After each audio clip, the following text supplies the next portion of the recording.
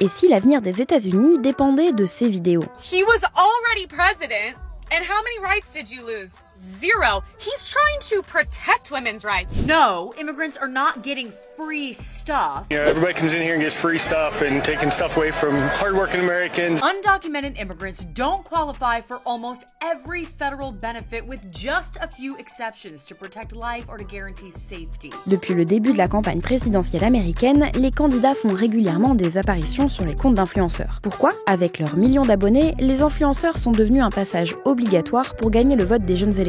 Les médias américains s'intéressent aux coulisses de cette campagne digitale. Pour comprendre l'ampleur de ce phénomène, il faut revenir au 19 août 2024 à Chicago, lors du premier jour de la Convention démocrate. Cet immense rassemblement sert d'abord à investir la candidate du parti à la présidentielle, Kamala Harris. 15 000 journalistes étaient présents, mais aussi quelques 200 influenceurs. C'est à 3 d'entre eux que la candidate a décidé de donner une interview, dont Vidya Gopalan, 3,5 millions de followers sur TikTok, raconte le site de la chaîne américaine CNN. Hi guys, I am here with Vice President Kamala Harris at the Democratic National Convention. I am so honored to be here. Les deux vidéos de la jeune femme ont fait en tout plus de 5 millions de vues sur le réseau social. Ces chiffres montrent que l'équipe de campagne de Kamala Harris a bien compris qu'il fallait revoir la stratégie média habituelle et investir de nouveaux espaces, estime CNN. Dans une tribune publiée dans le Boston Globe, Mallory Hank Johnson, influenceuse invitée par les démocrates, estime que les médias traditionnels ont longtemps eu l'exclusivité du discours politique, mais les choses changent. Les journaux et magazines ferment les uns après les autres et les jeunes s'informent de plus en plus sur les plateformes en ligne. Ils veulent des gens qui leur ressemblent, qui parlent et pensent comme eux, des gens à qui ils peuvent s'identifier. Reproductive rights definitely was a hot topic for last night's debate, unsurprisingly, and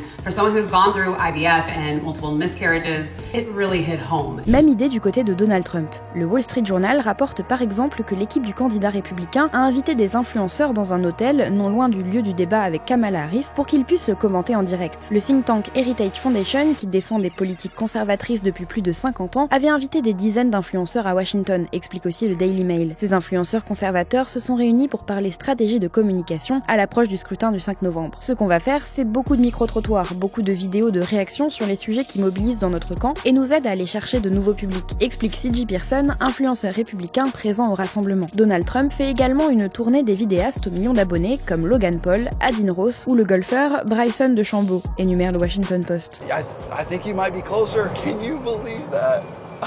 Who's closer? Who's inside who? I think the president inside me.